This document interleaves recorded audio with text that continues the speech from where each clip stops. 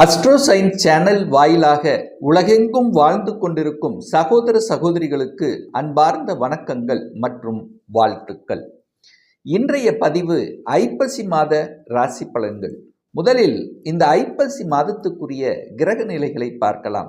அப்படி பார்க்கும் பொழுது இந்த மாதம் முழுவதும் ஐப்பசி மாதம் முழுவதும் சூரிய பகவான் துலாம் மனையில் அமர்ந்திருக்க போறார்.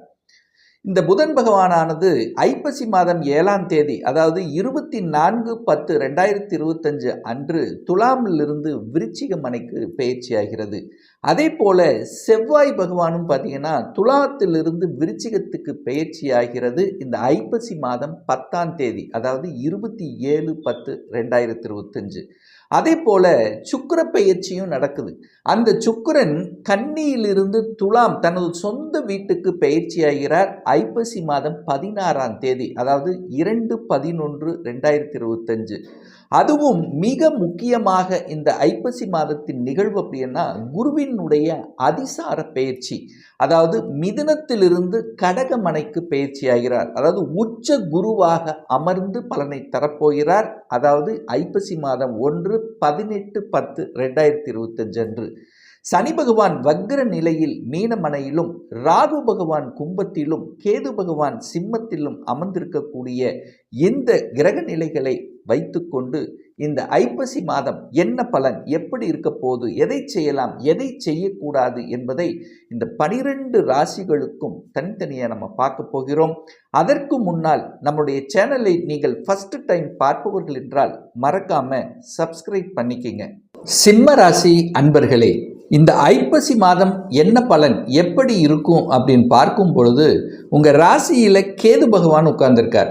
உங்கள் ராசி அதிபதியாக இருக்கக்கூடிய சூரியன் முயற்சி ஸ்தானம் என்று சொல்லக்கூடிய 3ஆம் இடத்தில் அமர்ந்து கொண்டு நீச்சமாக உட்கார்ந்திருக்கார். நீச்சம் என்றால் தியானத்தில் இருப்பதை போல.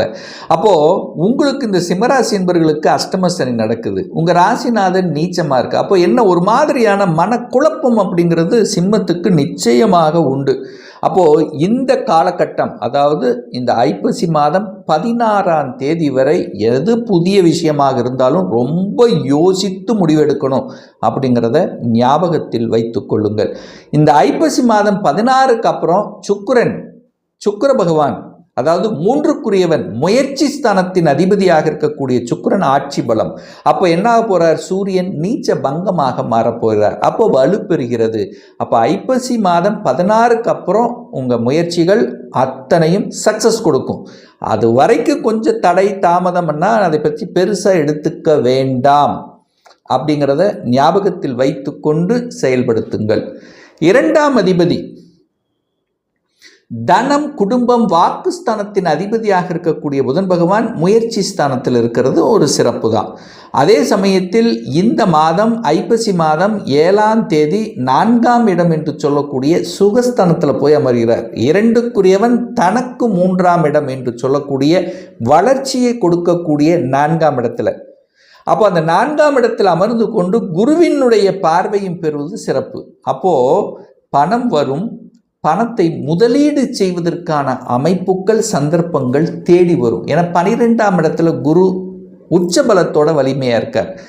அப்போது 12ஆம் இடத்தில் இருக்கக்கூடிய குரு 4ஆம் இடத்தை பார்க்குறார். அங்கே செவ்வாய் பகவானும் ஆட்சி பலத்தோடு அமைய போகுது இந்த ஐப்பசி மாதம் 10. அப்போது 3ஆம் அதிபதியும் வலுப்பெறுகிறது, 4ஆம் அதிபதியும் வலுப்பெறுகிறது. அப்போ இன்டைரக்ட் என்ன, 9, 10ஆம் அதிபதிகளும் வலுப்பெறுகிறதுன்னு அர்த்தம். அப்போது நல்ல பாக்கியம் கிடைக்கக்கூடிய அமைப்பு இருக்குது. அப்போ வீடு, வண்டி, வாகனம், அசையும் அசையா சொத்துக்கள் இதெல்லாம் வாங்கலாம். அதில் எந்த மாற்று கருத்து இல்லை. ஆனால் டாக்குமெண்ட் ப்ராப்பராக இருக்காங்கிறது செக் பண்ணணும். ஏன்னா அஷ்டமசன் நடக்குது, உங்களுக்கு தெரியாமல் ஏதாவது ஒரு இடத்துல ஒரு பிரச்சனை இருக்கமா இருக்குது. அப்போ வாங்குவதற்கு எந்த தடையும் இல்லை. பணத்தை கையாளுகின்ற விஷயத்தில் கவனம். இந்த சிம்மராசி என்பர்கள் ஞாபகத்தில் வச்சுக்கோங்க. நிறைய பேருக்கு பார்த்தீங்கன்னா ட்ராவல் இருக்கும். 3ஆம் அதிபதி வலுப்பெறார் அல்லவா, அப்போ ட்ராவல் நடக்கக்கூடிய தன்மை. சுக்கிரன் அந்த வாகனங்கள் மாற்றணும் அப்படிங்கிற எண்ணம். நிறைய பேர்த்துக்கு வாகனம் பழுதாகிறது, ஏதாவது ஒரு சின்ன சின்ன நொயின்னு இருந்திருக்கின்ற விஷயங்கள் இப்போ அது அப்படியெல்லாம் சரியாயிரும். அல்லது புதிய வாகனத்தை வாங்கக்கூடிய அமைப்புகளும் உண்டு.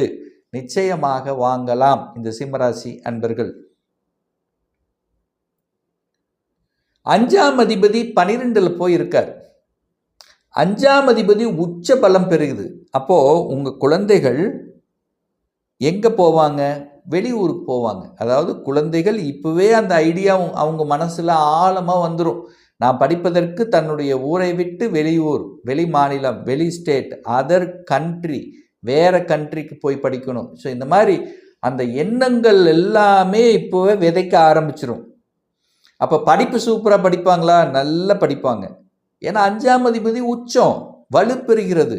குழந்தை காரக கிரகமான குரு பகவான், குழந்தை ஸ்தான கிரகமான குரு பகவான் உச்ச பலமாக இருக்கு. அப்போ நிச்சயமாக குழந்தை பாக்கியம் இல்லாதவர்கள், அந்த குழந்தை நினைத்து வருத்தப்பட்டு கொண்டிருந்தவர்களுக்கெல்லாம் ஒரு நல்லது நடக்கக்கூடிய ஒரு காலகட்டமாக அமையும். 6ஆம் இடத்தை குரு பார்க்கிறார். 8ஆம் அதிபதி 6ஆம் இடத்தை பார்க்கிறார். அப்போ 6ஆம் அதிபதி எங்க இருக்காருன்னா 8ல் இருக்காரு. 8ஆம் அதிபதி 12ல் இருக்கு. அப்போ 6, 8, 12 அப்படியே ஒரு கனெக்டிவிட்டி இருக்கு.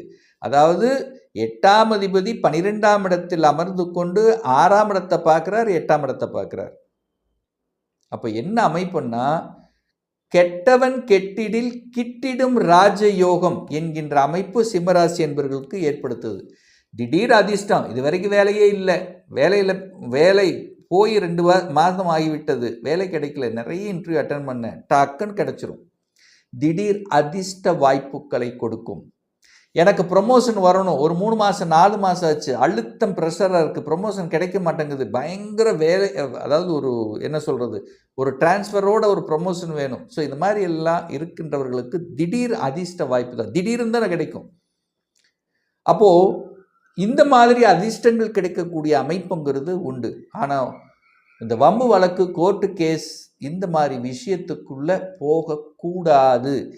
நெகட்டிவ் என்று உங்கள் உள்மனசு எதை சொல்லுகிறதோ அந்த விஷயத்துக்கெல்லாம் நீங்கள் செல்லக்கூடாதுங்கிறத ஞாபகத்தில் வச்சுக்கோங்க. ஏன்னா கடன், 6ஆம் இடம் என்பது கடனை கொடுத்துரும். கடன் தன்னுடைய கெப்பாசிட்டிக்கு மேலே போகக்கூடாதுங்கிறத நல்ல கெட்டியை பிடித்து கொள்ள வேண்டும் இந்த சிம்மராசி என்பர்கள். மேலே போச்சன்னா 6, 12 கடனை வாங்கி கடனை அடைத்தல், இந்த நிகழ்வு சென்று கொண்டே இருக்கும். எதிர்ப்பு இருக்குமா? நிச்சயமாக உண்டு. எதிர்ப்பை உருவாக்கி கொள்ள வேண்டாம். இருந்தது என்னென்ன, ஒரு போராட்டம் இருக்கும், கடைசியில் வெற்றி பெறுவீங்க, அது வேறு விஷயம். பட் ஒரு போராட்ட களமாக உங்களுக்கு இருந்துட்டு இருக்கும். ஒரு சாட்டிஸ்ஃபேக்ஷன் இல்லாத தன்மை இருந்து கொண்டிருக்கும். அப்போ எதிர்ப்புகளை உருவாக்க வேண்டாம்னு சொல்கிறேன். ஹெல்த் சரியாகுமா? ஹெல்த்துக்கு அக்கறை தேவை. ஏற்கனவே ஹெல்த் பிரச்சனை இருக்கிறவங்க ட்ரீட்மெண்ட்டால் சரி செய்யக்கூடிய தன்மை. ஆனால் சிம்மராசி என்பவர்கள் ஹெல்த்துக்கு முக்கியத்துவம் கண்டிப்பாக கொடுத்தே தீர வேண்டும். 6ஆம் இடத்தை பார்த்து வலுப்படுத்துவார். இப்போ ஒரு செக்கப் பண்ணிக்கிறது, ஒரு மாஸ்டர் செக்கப் பண்ணுறது, என்னமோ ஹெல்த்தில் ஏதோ இருக்குது, ஏதோ நான் ஒரு ப்ராப்ளம் இருக்குங்கிற அந்த எண்ணங்கள் உங்கள் மனசில் ஓடும்.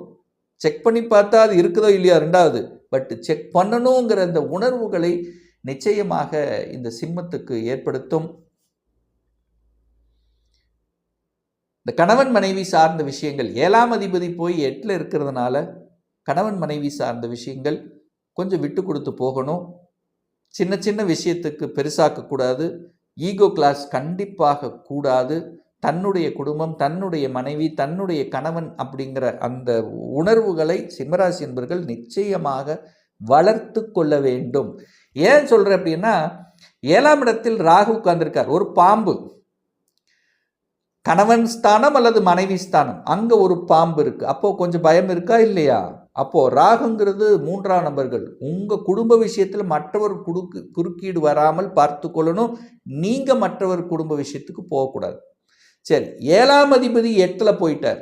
7க்குரியவன் 8ல் போய் உட்கார்ந்துருக்கார். அப்போ அங்கே ஒரு பிரச்சனை வந்துருச்சா? குரு பார்க்குறார், தீர்வு உண்டு. அப்போது இந்த நெகட்டிவிட்டி விஷயத்துக்குள்ளே போகக்கூடாது அப்படிங்கிறத சிம்மராசி என்பவர்கள் புரிந்து கொள்ள வேண்டும், அறிந்து கொள்ள வேண்டும். இந்த ஐப்பசி மாதம் 9ஆம் அதிபதியும் 10ஆம் அதிபதியும் வலிமை பெறுகிறது. அப்போ பாக்கியம் நன்றாக இருக்கிறது, தொழிலும் நன்றாக இருக்குது. தொழிலில் அழுத்தம், ப்ரெஷர் இருக்கும். பட் மற்றபடி ஒரு வேலைக்கு உள்ளே போகணுன்னா உண்டு. வெளிநாடு போகணுமா, உங்களுக்கு 100% டிக்கு. இந்த 8-12 கனெக்ட் ஆகுது. 6 வேலைக்காக, தொழிலுக்காக, அதாவது தன்னுடைய குடும்பத்தை விட்டு வெளியே செல்லக்கூடிய, அல்லது தன்னுடைய உறவுகளை விட்டு வெளியே செல்லக்கூடிய, அல்லது தன்னுடைய பிறந்த ஊரை விட்டு வெளியே செல்லக்கூடிய அமைப்பு இந்த சிம்மத்துக்கு உண்டு. சார், நான் வெளிநாட்டு போய் படிக்கணும், ரைட், போய் படிக்கலாம். நான் வெளிநாட்டில் போய் வேலை பார்க்கணும் அப்படிங்கிற எண்ணம் இருக்குது, முயற்சி எடுக்கலாமா? கண்டிப்பாக எடுக்கலாம்.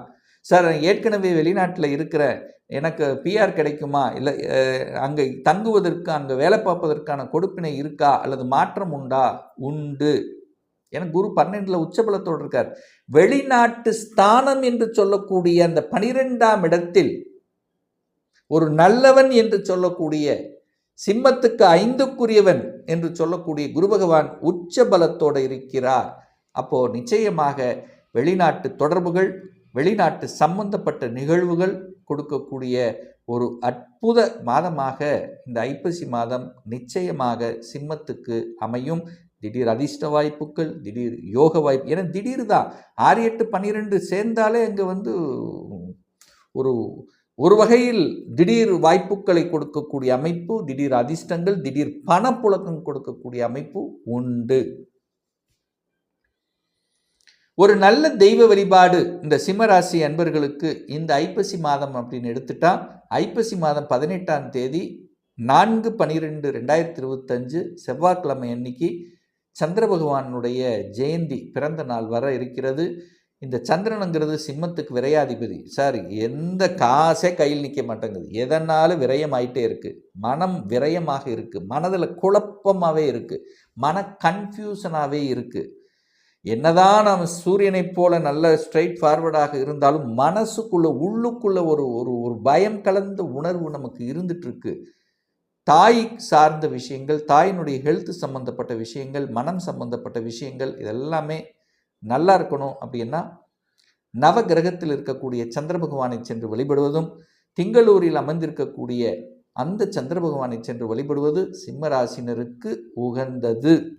இப்போ நான் சொன்னது கோச்சார ரீதியாக இந்த ஐப்பசி மாதத்துக்குரிய ஒரு பொதுவான பலன்கள். இந்த ராசி நட்சத்திரத்தில் பார்த்தீங்கன்னா பல கோடிக்கணக்கான பேர் இருப்பீங்க. எல்லாத்துக்கும் ஒரே பலன் அப்படின்னா நிச்சயமாக இல்லை. ஏன்னா ஒவ்வொருத்தரும் டிஃப்ரெண்ட், ஒவ்வொருத்தருடைய ஜாதக அமைப்புகளும் தசாபுத்தியும் மாறுபடும், அதற்கு தகுந்த மாதிரி பலன்களும் மாறுபடும்.